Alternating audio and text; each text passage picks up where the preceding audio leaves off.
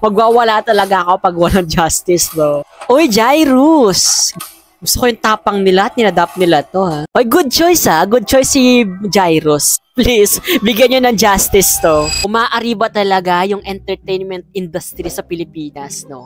Dahil another adaptation ang magaganap this, di ko alam kung anong year, pero inilabas ngayong 2025, itong Philippine adaptation ng Bad Genius the series. Grabe! Studio Viva ang mag-a-adapt nito. And as far as I know, may nakita na ako sa SOCMED na parang si Atasha Mulak. Wow, mga Mulak family talaga. Lagi natin silang active sila sa showbiz ngayon, na from Andres, ngayon si Atasha naman yung lilitaw sa Bad Genius the series naman. So silipin natin itong kanilang nilabas na teaser. Samahan nyo ako, guys. Let's go. We all know na nag-hit naman talaga ang Bad Genius movie.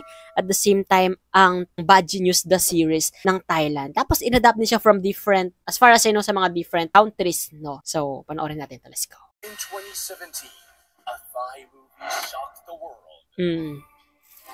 Grabe, natatandaan ko to. Grade 11 yata ako, or grade 10, nung nilabas to. And, grabe, yung ginagaya pa namin yung mga kopya-kopyahan nun eh.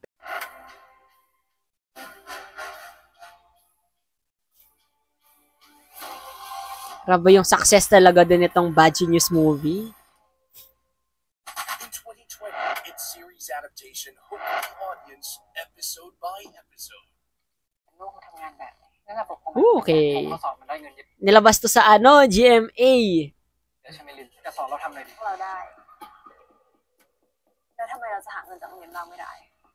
Bad Genius the series. In 2023, Bad Genius had a Bollywood. Inadapt din pala siya sa Bollywood.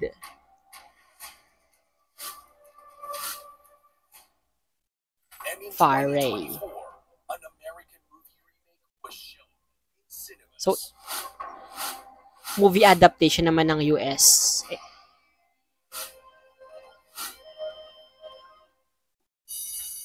Bad Genius. Ito na. For a series adaptation. Girl, sana may justice to. Magwawala talaga ako pag walang justice, bro. Gusto ko yung tapang nila at ninadapt nila to, ha.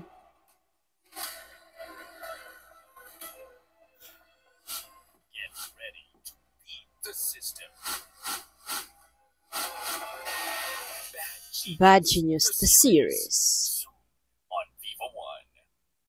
Okay. Wait, sino tong mga cast? Alam ko lang si Atasha yung nandito eh. Oo nga, ito si Atasha. Meet the cast of Bad Genius.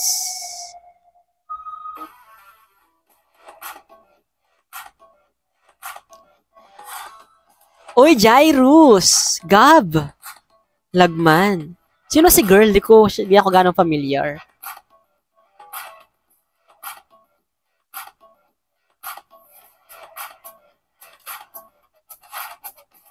Oh, okay. May mga din. May mga batikang artist din.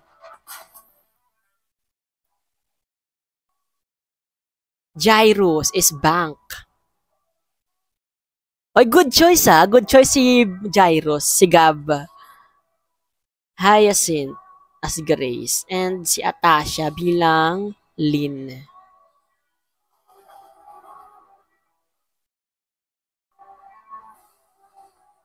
Girl, please, bigyan nyo ng justice to. Viva, please. Exciting to.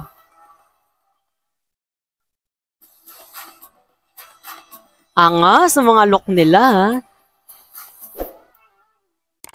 Bad Genius, the series. That's it. Alright. Ang tapang talaga ng Viva, no? Talaga inadapt nila itong Bad Genius, the series. And from the cast, okay, medyo doubt pa ako sa ngayon sa acting skills nila and kung may paparamdam ba ng mga cast na ito yung thrill na naramdaman natin nung pinapanood natin yung Bad Genius, the series movie at yung series ng Thailand.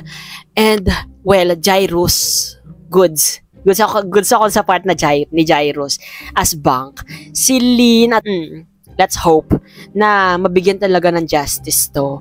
And let's support this adaptation kasi grabe. Tayo naman yung or may localized version na itong Bad Genius the series. At ano kaya yung aabangan natin?